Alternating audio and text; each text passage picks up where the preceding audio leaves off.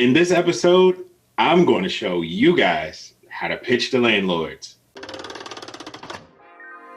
Vacation Rental Machine helps hosts just like you learn how to start, grow, and scale your short-term rental business. This show is all about creating systems that help you automate your business, giving you more time and money freedom. If you're ready to start living the vacation rental life, then subscribe to this podcast today. Come and join us on our Facebook group, The Host Nation, where we'll be talking about starting, automating, and scaling a short-term rental business. Now, on to the show. Hey, welcome back, Host Nation, to another episode of Vacation Rental Machine. In this episode, we are getting to the exciting stuff because John is going to be explaining to us some important things that you need to know even before you get to the pitch. Some things that John has pointed out that will help you decide if you should even be pitching your services to this apartment complex manager, to these landlords, because it is important. You're not just going to be taking any apartment complex that says that they'll take you. You want to identify those things. But then John's also going to be rolling into how you want to structure your pitch. So John, why don't you take this and roll with it and explain to the listeners how and what we should be identifying before we are pitching our services. All right. So everyone that has gone to view or rent an apartment, we all know the first step is actually showing up to the apartment building and pretty much asking for an apartment, asking to view whatever you're looking to view. This process does not change. Only thing that changes at this point is your eyes are open wide because you're wondering how I walked into the building. Did I have to punch a key code? Did I have to do a call box? These things are the same things that your guests are going to have to go through. And if at any point this is too stressful or too much to do, then you need to pull out. So, all right, we get into the building, right? Then we meet up with somebody. We already know how to find the right person, right? So we're talking to at least a manager or assistant manager.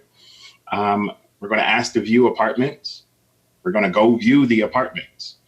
Inside of that, how did we get up to the apartment? Did we get on the elevator, but did we use a key fob to get up to the right floor? Or was it just get on and push a button? Again, if you have to have a key fob before you get to the room, you have to facilitate that for your guest before they get there. So how could you do that? For me, that makes this whole thing a no-go. I won't take a place where that just adds too much. It stresses my system too much. I don't have someone to hand somebody a key. And to think about handing somebody a key, okay, everybody might tell you what flight they're coming on. If the flight is delayed 2 hours and somebody's waiting to hand off a key, now they just clocked in for 2 hours. Then what if that person wants to stop and grab something to eat on the way? You want to tell them, no, you can't. You got to come pick up the key. No, that's not hospitality. So you got to make sure that it's going to work for your guest. I prefer fully automated self-check-in. Again, I've had the background where I had a concierge hand off keys. And what I found out was that that's the first person that my guest sees. And if they had a bad day or if they really didn't want to do something, it made my guest feel like, oh, my God, I don't know if I'm going to like this place. Or it's the first bad thing. Check-in is very important. If you do a good enough job on your apartment, check-in is about the only thing that can start taking those stars away. So if I know my guests can get in easily, they're going to walk into a clean, beautiful apartment. It's going to be designed the exact same way they pictured. So that all leads to 5 stars. My best guests don't message me after they get there at all because everything is just so easy. So now that you're up to the apartment, I would go and look at the door lock that's on the door. Can I automate this door lock? For me, this is very, very important because 9 times out of 10, the building will not allow you to put up a lockbox. And you don't want to have a lockbox either because your neighbors will then know that this is the house where all the people come in and out. Whether it's good people, bad people, they're just going to have something to say and something they're going to know that this is irregular activity. Now, I have seen people use the dog walking box on their door lock. That might be an alternative, but again, for me, that's not a solution because I don't want somebody to look. If I have 10 apartments in that building, then it's going to be easy to see because I have 10 dog walking lock boxes. If you walk in, door lock is right, you figure you can automate it. Now you look at the apartment, you just look at everything. Is it a nice size apartment? Is it the layout functional? Envision where the TV is going to go. Envision where the couch is going to go. If you're doing a computer desk, where is that going to go? Bed size. Is it a king? Is it a queen? Is it only a twin? Figure out what you could fit. Is it a 2-bedroom? How the layout of the apartment is. Are the 2 beds close together, sharing the same wall, or are they separate? And then attach all of that information to what you're trying to do and who you're trying to serve as a guest. If it matches, then now we get into the next part. Now we can start talking about the pitch, because we've qualified the apartment. The apartment is A1. If it's not A1, don't do it. I've made the mistake and I've done it. And I got bitten for a year on a process that was really hard. It was a great apartment. I made revenue, but again, it just messed with the guest experience. So stay away from that. Any questions on that part?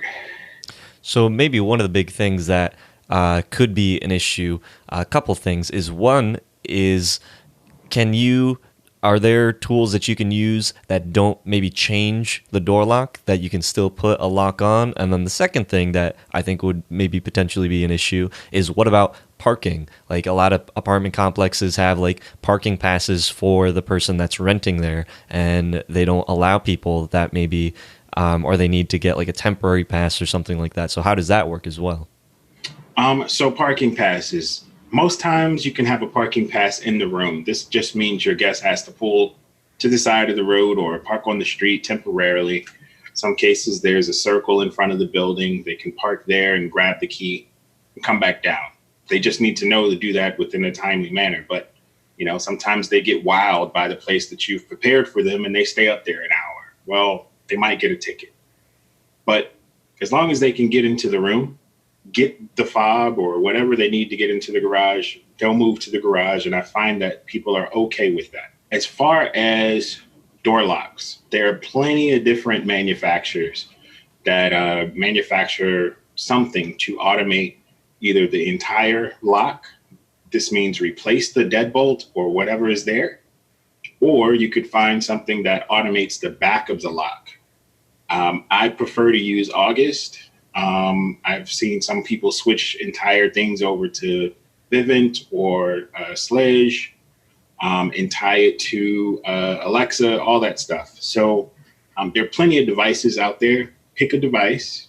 I would suggest people try it at their own home first, get comfortable with it. I prefer something that at least links up with one of the platforms so I could automate those codes. So it takes off a heavy lift. So I don't prefer to create individual codes for individual people over and over again. Some people can do that. Some people have VAs do that. If it can be done by a machine, that's more efficient for me. So once we've identified that the unit, that it has ease of access into the unit, we've identified that the unit is up to our standard, that the lock is able to be automated, and that the parking situation is already cleared up. So this is our A1 listing. Then what do you do once you've identified that this is the place that you want to set up? Well, now it's time to shoot your shot. Now, you got to wean in exactly what you're doing. You do it a little slow. You should be comfortable with the person that you're walking around with, because you just really just want to see an apartment. There was no anything. Like, you shouldn't be stressed. You shouldn't be sweating or anything like that. So it's just, hey, you know what? This apartment is great. My company and I are looking to expand in this area. And we're looking for multiple apartments. Do you have multiple of these, this layout, or do you have something similar? We're really looking to scale in this area, and I'd love not to go to multiple buildings if I don't have to.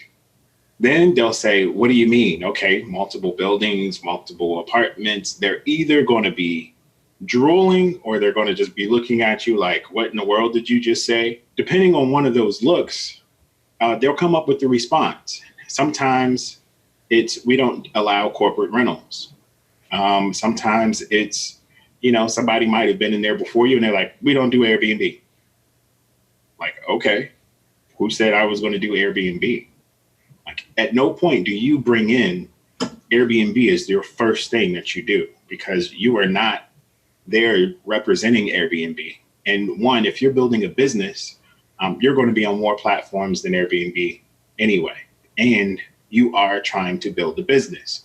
So why promote somebody else's business? Yes, you will use different marketing channels, but they are not your only source of income. So stay away from the stigma, stay away from Airbnb if you can. If anything, it's the very last website or whatever that I bring up, because I just don't want people to look at me like, oh man, that's the party people. Oh, those are the loud people. Oh, that's the ones you see in the news where they got cameras. You can't have cameras, If they're comfortable with that piece and you're talking to the right person, they will ask you for more information.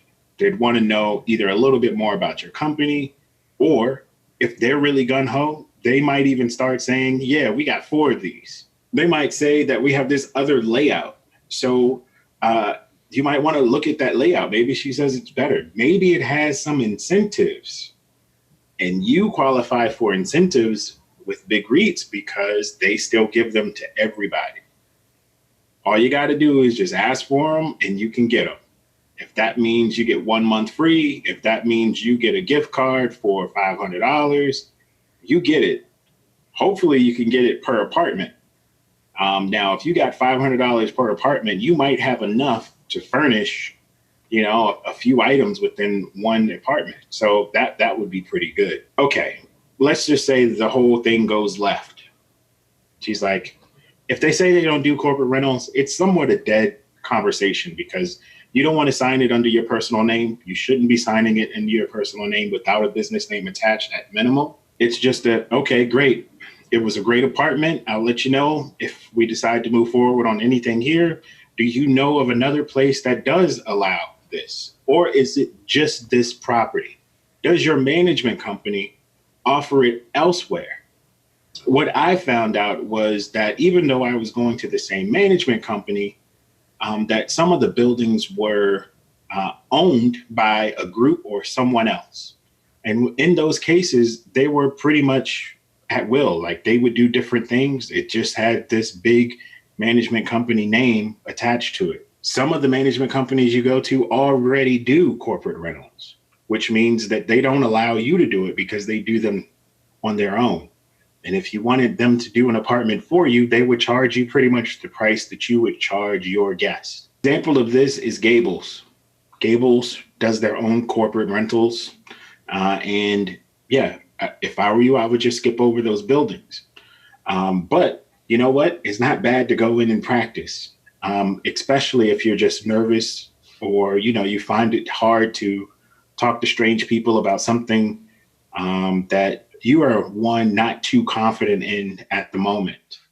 But you got to treat this as, hey, this is a company. This is not just me. This is not, my mom and pop operation. I am representing something big here, and you are crazy not to allow me to do what I need to do. So what do you do when they do say you need to prove to me, or they want some more information about your business? Do you come up with them with like a pamphlet? Do you have like brochures and stuff like that? Or how are you able to build that level of trust with a person that you are meeting with? All right. So this is actually one of the better ways to kind of break in somebody, because one, they're curious. Two, you get the opportunity to kind of redo whatever you thought you did well. You could also fix whatever you didn't do well. So I like when they ask me for more information. I always say, hey, I don't have it on me today, but if you give me your email address, I can email you some stuff. And what I'm going to email them is a few bullets about what I do. Again, it's going to hit on, I'm a company. I do corporate rentals. I have guests that profile whatever guest profile that my business serves. So if that means business travelers, if that's families, I'd highlight that. If you want to make this into a brochure, make sure you put pictures of the people that you serve. It takes up a lot of space. And it also just kind of shows somebody like, hey, if I say I'm in the DC area. I say that I serve military families because I do. When I show somebody in uniform on a piece of paper, people think like, okay, that's what he does. And I do that. So John, I know a lot of people are probably going into these apartments and they, maybe they hit it off with the person that they're speaking with, and the person that they are speaking with says, "Oh yeah, you said that you could take on as many as you are because you're a growing company. We have 20 units available. When is the soonest that you can take it?" Yeah, the serious part of all of this, is personal integrity, personal liability. If you cannot perform on as many units as they're trying to give you, go ahead and cut it now. Don't let them believe that you're going to take all 20. Don't try to oversell yourself. Don't obligate yourself to something that you can't do, because then you're making a big mistake before you even get something to really make a mistake on. Like, you don't have a property, you don't have a lease. I would definitely recommend that, you can kind of cut that conversation and just say, hey, you know what? 20 would be great. We could grow to that. But right now in this immediate phase, we're only looking for 3 in this location. If they come back and say, well, we got another location over on this side of town. Sorry, not the location that we're looking for. Stick to the number that you really can commit to. If you try to overstep and you don't have help by somebody else that's interested, that has the capital to back you up, you're going to start off failing. And I don't want anybody to do that. So don't oversell. Don't just try to make somebody say yes to you because you feel like you can force them to. Don't sell yourself to the devil trying to make this one deal. You will find that after you get comfortable talking to people, you'll go to the next place. You'll be more comfortable. You go to the next place. And then somebody's going to tell you, yeah, you can do it. And then you can start there. So don't overstep. So what about the people that maybe can only afford 1 unit? Because taking on 3 units, that's expensive. That can be, upwards of over, $12,000 to get that furnished, for the rent, depending on the area. Yeah. There are certain structures in which that you still might be able to take on a couple. We'll talk about that later. But in this phase, really, you just want the 1 unit if you can only afford the 1 unit. So just tone the conversation down to 1. That could just be saying, hey, we just want to take 1 for right now. We need another one within about 4 months. Is that possible that we could bring in another one 4 months later, and then possibly another one 4 months from then? You're still said 3. They still said 3, but you're trying to take it in phases. But just don't jump out there and do as many as they want to give you at the same time. And then don't do them all at the same time, because that's relationship stress on everything, because you're going to have to work it, and you're probably going to be overworked with all this stuff that you have to do. Again, getting people to say yes for you signing leases is not as hard as you getting the place ready, up and going, and start doing the real work. The yeses are real easy.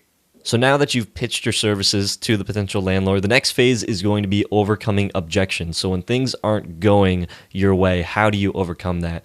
Now, I know that this is going to be a big pain point. Like John said, that this is one of the easier parts of the vacation rental machine, because it's getting the yes. You're really just aiming for that yes. The real work comes in once you are getting the unit up and running. So once they do say yes, the next steps after that start to become a little bit more burdensome. But lots of fear comes from actually going up and pitching your services. So we've got our friend Cole, who's one of our coaching clients, who is going to be overcoming some of these fears that he has on the show. And he's going to be asking questions and trying to build up his confidence, because he's actually going out and pitching his services to landlords at the moment. So we're going to be getting him on the show as a little bonus episode, a live in-person phone call of kind of what the coaching is like. And then next episode, we are going to be talking about overcoming objections. So talk to your host in the next episode.